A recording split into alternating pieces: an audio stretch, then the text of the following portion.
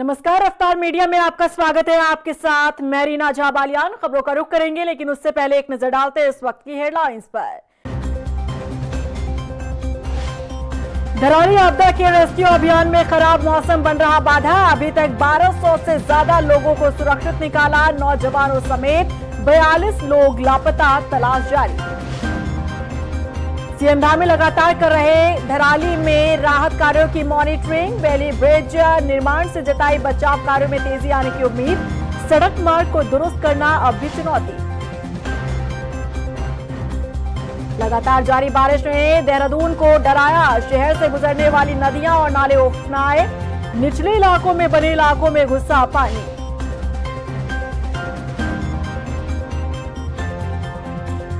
और उत्तराखंड में पहाड़ से मैदान तक बारिश का दौर जारी। लगातार बारिश के कारण जनजीवन प्रभावित। 15 अगस्त तक बिगड़ा रहेगा मौसम का मिजाज। और चलिए अब बुलेटिन की शुरुआत कर लेते हैं। उत्तरकाशी के धराली में आई आपदा के बाद से रेस्क्यू अभियान जारी है, लेकिन खराब मौसम लगातार सर्च ऑपरेशन में बाधा बना हुआ है। उधर हर्षल घाटी में भी भारी बारिश के कारण राहत बचाव कार्यों को रोक दिया गया। हालांकि अभी तक 1200 से ज्यादा लोगों को रेस्क्यू कर लिया गया है। वहीं सेना के 9 जवानों समेत 42 लोग लापता हैं, जिनकी लगातार तलाश जारी है। वहीं सीएम धामी की घोषणा के बाद आपदा प्रभावितों का 5-5 लाख रुपए चेक वितरित उन्हें किए जा रहे हैं। मुख्यमंत्री जी की तरफ से आज हमें आवासीय उसमें 5 लाख की आर्थिक धनराशि मिली है और हम माननीय मुख्यमंत्री जी को बहुत धन्यवाद करना चाहते हैं। और साथ ही ये भी कहना चाहेंगे कि हमारा और आगे वो पुनर्वास का अच्छा मैं सिंह कुमार मेरा नाम है। जो सरकार ने भी 5 लाख की धनराशि में दी है, उसके लिए मैं सरकार का धन्यवाद करता हूँ। और मैं आगे सरकार से ये भी दरख्वास्त करना चाहता हूँ कि जो हमने विस्थापन की मांग रखी है उसको हमारा जल्दी से जल्दी पूरा किया जाए, ताकि हमें एक नया घर मिल सके और एक थोड़ी सी जगह मिल सके, ताकि हम वहाँ पर सुरक्षित रह सकें, क्योंकि गाँव तो रहने लायक नहीं रहा है। जो आज यहाँ पे आपदा पीड़ित परिवारों को जो 5 लाख की धनराशि वितरित की गई है, हम सभी पीड़ित परिवार की ओर से माननीय मुख्यमंत्री जी का आभार व्यक्त करती हूँ, धन्यवाद करती हूँ। और आगे भी मैं माननीय मुख्यमंत्री जी से ये उम्मीद करती हूँ कि जो आपने हमें आश्वासन दिया यहाँ पुनर्वास का, आप जरूर उसको समय पे पूरा करेंगे। यूजेविनल और सिंचाई पानी को हटाने का कार्य प्रारंभ कर चुकी है झील से। कल मैनुअली इन्होंने थोड़ा सा पंचर किया था और आज उम्मीद है कि इसमें हमको अच्छा ब्रेक थ्रू मिलेगा। उन्होंने इसको हटाने का कार्य प्रारंभ कर दिया है। इसके अतिरिक्त डबरानी से सोनघाट के बीच 5 किलोमीटर पैदल मार्ग में हमने अपनी एक हेल्प पोस्ट लगा रखी है और SDRF और वायरलेस की भी व्यवस्था वहाँ कर दी गई है। इसके अतिरिक्त डबरानी से सोनघाट के बीच खच्चरों के माध्यम से हमने गैस के सिलेंडर को भेजना शुरू कर दिया है और लोगों को पैदल मार्ग में राहत कर्मियों की समान आवाजाही के लिए भी हमने व्यवस्था कर दी है और मेडिकल कैंप भी वहाँ लगा रहे हैं। अगर किसी को कोई दिक्कत होती है तो उसको देखें। उत्तरकाशी जिले के लिमचागढ़ में बेली ब्रिज बनकर तैयार हो चुका है, जिस पर मुख्यमंत्री पुष्कर सिंह धामी का कहना है कि बेली ब्रिज पर आवाजाही शुरू हो चुकी है।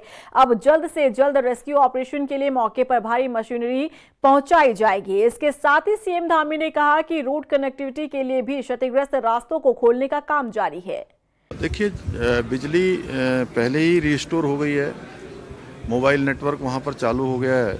सभी प्रकार के जो सामान है, खाद्य सामग्री है, कपड़े हैं इत्यादि की सभी व्यवस्थाएं वहाँ पर हो गई हैं। राहत सामग्री पहुँच गई है, राशन की टैंक बनकर वहाँ पहुँच गई हैं। और जो लिमचागढ़ है वहाँ पर एक बड़ा पुल जो क्षतिग्रस्त हो गया था उसको रात में रीइंस्टॉल करके चालू कर दिया गया है। अब हमारी प्राथमिकता है कि जल्दी से जल्दी जो हमारे अनेक प्रकार के उपकरण हैं जो सिंचाई में काम आते हैं, चैनलाइजेशन में काम आते हैं, जो ताल वहाँ पर बन गया है और रोड कनेक्टिविटी और भी कई स्थानों पर अभी नहीं है, उसको बनाना, उसको जल्दी से जल्दी कनेक्ट करना और उसके बाद अन्य जो काम है वो काम सभी वहाँ पर संचालित करना। वहीं धराली में आई आपदा ने चारों तरफ ऐसी तबाही मचाई कि एक खुशहाल गांव और पूरा बाजार मलबे में तब्दील हो गया। धराली गांव का ऐतिहासिक और सांस्कृतिक धरोहर कल्ब केदार मंदिर भी मलबे के नीचे दब चुका है। एनडीआरएफ की टीम मलबा हटाकर मंदिर की तलाश कर रही है। आपदा के बाद धराली गांव की कैसी बदली है तस्वीर, मौके का जायजा लिया हमारे संवाददाता पृथ्वी नैथानी ने। धराली त्रासदी को लगभग 1 सप्ताह हो चुका है। अगर मैं बात करूं, जो धराली गांव के जो ऐतिहासिक और सांस्कृतिक जो धरोहर थी उसका कल्प केदार कहा जाता है कि कल्प केदार जो केदारनाथ मंदिर से पहले बना हुआ था, जो कि हमारे महाभारत काली मंदिर में लिखा गया था। तो कहीं ना कहीं जो है पांडव निर्मित एक कल्प केदार मंदिर यहाँ पर। तो आप देख सकते हो जिस प्रकार से त्रासदी आई है पूरा यहाँ पर जमीन जो देखा है। अगर उस साइड को बात की तो यहाँ पर ये पूरा ऊपर करके जो पूरा यहाँ पे धराली मार्केट है। और यहीं पे जहाँ पर जो है CRF और जो हमारी यही वो जगह है जहाँ पर जो एक आस्था का केंद्र था, जो हमारे स्थानीय लोग थे। कहीं ना कहीं 4 धाम यात्रा में आते हुए जितने भी श्रद्धालु लोग थे, पहले कल्प केदार मंदिर का यहाँ के जो दर्शन करके तब उनकी जो यात्रा सफल होती थी। तो आप देख सकते हो किस प्रकार का ये मंदिर रहा होगा कि यहाँ पर पूरा कल्प केदार का पूरा मंदिर आज जो है मलबे के नीचे बना हुआ है। ऐसा भी नहीं है, क्योंकि कहा भी जाता है कि कई बार यहाँ पर त्रासदी आई है और कल्प केदार मंदिर को जमी जोत भी किया गया, लेकिन आज 2025 में भी कल्प केदार भी जमी जोत हो गया है। यही वो लोकेशन यहाँ पर जो है हमारी आपदा प्रबंधन की टीमों के द्वारा यहाँ पर जो है खोजा जा रहा है। और मुख्यमंत्री का ये भी कहना है कि जो आस्था का जो केंद्र है, श्रद्धा का जो केंद्र है कल्प केदार, उसको जो है पुनर्जीवित करवाना हमारा एक लक्ष्य है और बहुत बड़ा टास्क है। किस प्रकार से धराली को जो है दोबारा पुनर्स्थापित किया जाए। पृथ्वीदत्त नैथानी, रफ्तार मीडिया, धराली, उत्तरकाशी। उत्तरकाशी के धराली में आई आपदा में नुकसान और बड़ा हो सकता था, लेकिन गनीमत रही कि जिस दिन तबाही मची उस दिन गांव के कुछ लोग पास के ही सोमेश्वर मंदिर में पहुंचे थे। वहां पूजा अर्चना चल रही थी और मंदिर में मेले का आयोजन होना था, जिसकी तैयारी के लिए कई लोग सोमेश्वर मंदिर पहुंचे थे। और क्या कुछ कहना है धराली गाँव के लोगों का, उनसे बातचीत की हमारे संवाददाता पृथ्वी नैथानी ने। अगस्त की धराली त्रासदी से सभी लोग झकझोर पड़ रहे हैं। जिस प्रकार से धराली इस मंदिर में आने में बहुत ज़्यादा फसना चाहिए थे, लेकिन पूरी तबाही के लिए पूरा मलबा होने से जिसने पूरा एक कस्बे को अपनी आगोश में ले गया। यही वो मंदिर है जहाँ स्थानीय लोगों का मेला लगना था और सभी लोग हर्षोल्लास के साथ उस मेले यहाँ पर पार्टिसिपेट कर रहे थे, प्रतिभाग करने के लिए आए थे। इसको सोमेश्वर मंदिर कहा जाता है, जो कि धराली गांव में है। और बहुत ही खुशी का उल्लास था सभी लोगों में। और पंचायत चुनाव भी था तो सभी लोग यहाँ पर बधाई देने के लिए भी आ रहे थे और अपना जो है स्थानीय मेला था उसको मनाने के लिए भी यहाँ पर आए थे। तो यही सोमेश्वर मंदिर था। लेकिन क्या जाने कि 1:30-2 बजे लगभग ऐसा खीर गंगा नदी से जो एक काल बन के आया, जिसने पूरा धराली को अपने आगोश में ले लिया। यहाँ पर हमारे साथ कुछ माताएं पूरी धराली से हैं, जानना चाहते हैं। जी मैडम, जब ये 1-1:30 बजे के लगभग जो पूरा जो बाढ़ आया, क्या आप उस समय तो क्या हो?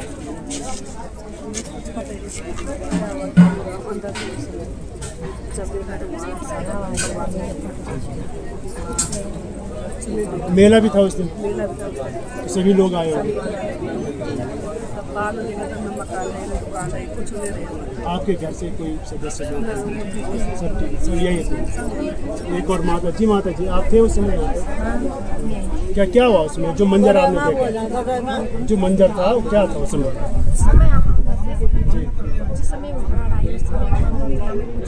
जब सारी दुकान बह गया तब ये चिल्लाई और फिर हम ऊपर आए, पहाड़ के ऊपर आए। तो बारिश से हम फौज लोग फौज ने हमें गाँव लेके और कुछ नहीं, कुछ भी नहीं बचा, कुछ भी नहीं बचा,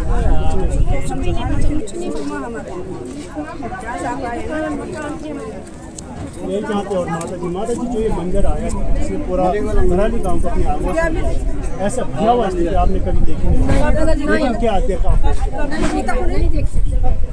तो क्या क्या हुआ? जैसे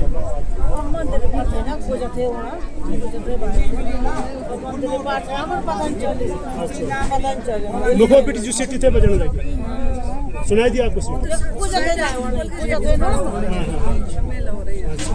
तो कहीं ना कहीं यही मंदिर है। अगर शायद उस दिन अगर स्थानीय मेला यहाँ पर नहीं होता तो कहीं ना कहीं जो बहुत ज़्यादा जो है जान माल का जो है बहुत ज़्यादा नुकसान हो जाता है। लेकिन इन लोगों का पूरा जो अपना रोजी रोटी थी, जिनको पाटन के जो भी होटल थे और कल्प केदार मंदिर जो ऐतिहासिक और सांस्कृतिक धरोहर यहाँ के लोगों की थी, पूरी तरह जो है इस काल महाकाल में जो है पूरी जो है आगोश में आ गया।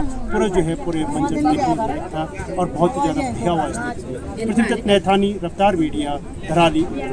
कांग्रेस नेता राहुल गांधी ने चुनाव आयोग पर मतदाता सूची में गड़बड़ियों को लेकर जो गंभीर आरोप लगाए हैं, उसका समर्थन उत्तराखंड कांग्रेस ने भी किया है। कांग्रेस के प्रदेश अध्यक्ष करण माहरा का कहना है कि मतदाता लिस्ट में धांधली को लेकर जो आंकड़ा राहुल गांधी ने पेश किया, उस पर जल्द से जल्द सुप्रीम कोर्ट को संज्ञान लेना चाहिए और संबंधित अधिकारियों के खिलाफ सख्त कार्रवाई की जानी चाहिए। देखिए, राहुल गांधी जी ने जो आंकड़ा पेश किया है वो फालतू नहीं है।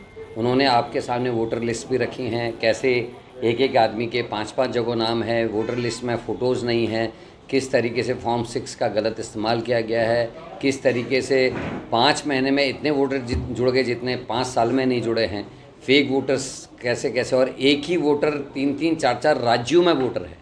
और राज्यों के चुनाव आगे पीछे करने का उद्देश्य भी बीजेपी का समझ में आने लगा है कि वो जो वोटर पश्चिम बंगाल में वोट दे रहा, वही फिर आके केरल में दे रहा, वही आके यूपी में दे रहा, वही आके फिर हिमाचल में दे रहा है। तो ये सारे उन्होंने सबूतों के साथ दिया। इलेक्शन कमीशन को बताना चाहिए। जिस मूड में कांग्रेस पार्टी ने, नेता प्रतिपक्ष ने इलेक्शन कमीशन से आंकड़े मांगे थे, उसमें क्यों नहीं दिए गए? ऐसे कागजों में दिए गए जिसको खगालना एक मैराथन काम था और बहुत मुश्किल था। उसके बाद भी 7 महीने लगाकर विद सबूत जो है राहुल जी सामने आए हैं। आज भी इलेक्शन कमीशन सच बताने के लिए तैयार नहीं है। और इसी बीच रुक कर लेते हैं बड़ी खबर का। राजधानी देहरादून में बारिश का कहर जारी है। कहीं जल भराव तो कहीं उफान पर नदी नाले आ चुके हैं।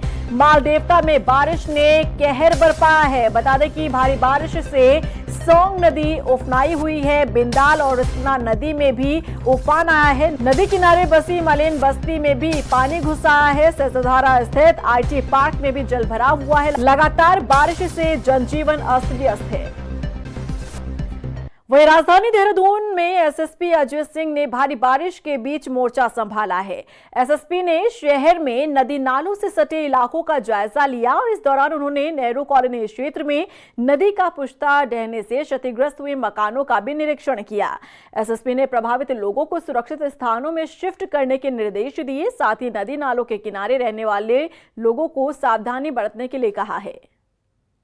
ये मौसम विभाग का जो अलर्ट जारी हुआ है इसमें, और देखा जैसे आप सभी लोग देख पा रहे हैं, लगातार निरंतर बारिश हो रही है। और खासकर देहरादून की बात करें तो यहाँ बहुत सारे पर्यटक स्थल हैं जहाँ पर नदी किनारे बहुत सारे लोग बसे हुए हैं और जो जाते हैं तो उनको लगातार अनाउंसमेंट के माध्यम से उनको बताया गया कि नदी के पास ना जाए, ऐसे नाले जहाँ पर उफान में पानी चल रहा है वहाँ ना जाए। और खासकर ऐसे जो नियर बाई इलाके जहाँ पर घर मकान बने हुए हैं उनको भी बताया गया कि सेफ स्थानों पर कुछ समय के लिए चले जाएं जब तक कि बारिश रुकती नहीं है और जब तक जल स्तर नॉर्मल नहीं होता। तो सभी को अलर्ट भी किया गया। जहाँ जहाँ कोई सूचना इस तरह की प्राप्त हो रही है, जैसे अभी पुश्ता ढहने की बात दीपनगर के क्षेत्र से पता चली जहाँ 2 मकान आंशिक रूप से क्षतिग्रस्त हुए, तो वहाँ भी पुलिस ने तत्काल पहुँचकर राहत दल ने वहाँ पर उनको सेफ जगह पर जाने के लिए बताया। एक लक्ष्मण चौक एरिया में भी एक पुराना मकान गिरने की बात आई थी जिस पर भी पुलिस ने पहले ही उनको इवैक्यूएट करा दिया। तो सभी को हिदायत दी जाती है कि बारिश के मौसम को देखते हुए, अलर्ट को देखते हुए जब तक आवश्यक ना हो तब तक घरों में ही रहें। साथ ही साथ जहाँ पर जल स्तर ज़्यादा है वहाँ पर गाड़ियों से ना जाएं, क्योंकि देख समझ के जाएं वहाँ पर, क्योंकि कभी कभी देख रहे हैं ऐसे नालों पर क्रॉस करते वक्त, ऐसी पुलिया पर क्रॉस करते तेज पानी आने के कारण गाड़ी बहने का भी अंदेशा रहता है। वहीं मौसम विज्ञान केंद्र के मुताबिक उत्तराखंड में अगले 2 से 3 दिनों तक लगातार बारिश होने की संभावना है। वहीं मौसम वैज्ञानिक रोहित थपलियाल ने बताया कि 15 अगस्त तक हल्की बारिश हो सकती है। ऐसे में सभी लोगों से सावधानी बरतने के साथ ही नदी नालों से दूर रहने की सलाह दी है। देखिए, आज जो है 11 अगस्त हो गई है, तो अगले 4-5 दिनों में उत्तराखंड में अधिकांश स्थानों पे हल्की से मध्यम वर्षा रहेगी। और भारी बारिश की बात करें तो आज जो है 11 तारीख को उत्तराखंड के जो मैदानी क्षेत्र हैं और उससे लगे जनपद हैं जैसे देहरादून, टिहरी, पौड़ी, हरिद्वार, ऐसी नैनीताल, उधम सिंह नगर या ऊपर बागेश्वर जनपद है, यहाँ पर कुछ स्थानों पे भारी से बहुत भारी वर्षा मिल सकती है और कहीं कहीं जो है अत्यंत भारी वर्षा मिलने की भी संभावना है। तो इन जनपदों को अभी रेड कलर में किया गया है। और जो अन्य जो है हमारे पर्वतीय जनपद हैं जैसे उत्तरकाशी, रुद्रप्रयाग, चमोली, पिथौरागढ़ या अल्मोड़ा जनपद है, यहाँ पर कहीं कहीं भारी से बहुत भारी वर्षा मिलने की संभावना है आज। तो इसको जो है ऑरेंज कलर में किया गया है। उधम सिंह नगर जिला पंचायत सीट से बीजेपी समर्थित प्रत्याशी अजय मौर्य निर्विरोध जिला पंचायत अध्यक्ष निर्वाचित हो गए हैं। दरअसल संख्या बल पूरा होने के कारण रेणु गंगवार ने पर्चा दाखिल नहीं किया और इसका फायदा बीजेपी समर्थित प्रत्याशी को मिला है। तो मैं यहाँ के संगठन और प्रदेश नेतृत्व का और यशस्वी उत्तराखंड के मुख्यमंत्री माननीय पुष्कर सिंह धामी जी का बहुत बहुत धन्यवाद करूंगा, जो मुझे यहाँ का प्रत्याशी घोषित किया, और उन्हीं के आशीर्वाद से और यहाँ भारतीय जनता पार्टी के सभी जनप्रतिनिधियों के सहयोग से मैं यहाँ का निर्वाचित अध्यक्ष। हमारे सरकार द्वारा चलाई गई योजनाएं और हमारे भी यहाँ के मेयर विकास शर्मा जी ने बताया, केंद्र सरकार से जो भी सरकार की योजनाएं आ रही हैं, प्रयास रहेगा इसको गाँव तक ले जाने का काम करेंगे। राजधानी देहरादून में प्रस्तावित एलिवेटेड रोड के खिलाफ महानगर कांग्रेस ने मलिन बस्ती न्याय यात्रा का आयोजन किया। वहीं इस न्याय यात्रा में मलिन बस्ती वाले भी शामिल हैं। बता दें कि ये यात्रा वार्ड 75 से होते हुए 74 पहुंची और इसके बाद गांधी धाम में संपन्न हुई। इस दौरान यात्रा में शामिल लोगों ने सरकार के खिलाफ जमकर नारेबाजी की और उन्हें बेघर करने का आरोप लगाया। वहीं रैली में शामिल कांग्रेस महानगर अध्यक्ष जसविंदर सिंह गोगी ने कहा कि सरकार मालिकाना हक देने के बजाय उजाड़ रही है। और इसी के साथ फिलहाल इस बुलेटिन में बस इतना ही, लेकिन चलते चलते एक नजर डालते हैं इस वक्त की हेडलाइंस पर। धरौली आपदा के रेस्क्यू अभियान में खराब मौसम बन रहा बाधा। अभी तक 1200 से ज्यादा लोगों को सुरक्षित निकाला। नौजवानों समेत 42 लोग लापता, तलाश जारी। सीएम धामी लगातार कर रहे धराली में राहत कार्यों की मॉनिटरिंग। बेली ब्रिज निर्माण से जताई बचाव कार्यों में तेजी आने की उम्मीद। सड़क मार्ग को दुरुस्त करना अब भी चुनौती। लगातार जारी बारिश ने देहरादून को डराया। शहर से गुजरने वाली नदियां और नाले उफनाए। निचले इलाकों में बने इलाकों में घुसा पानी।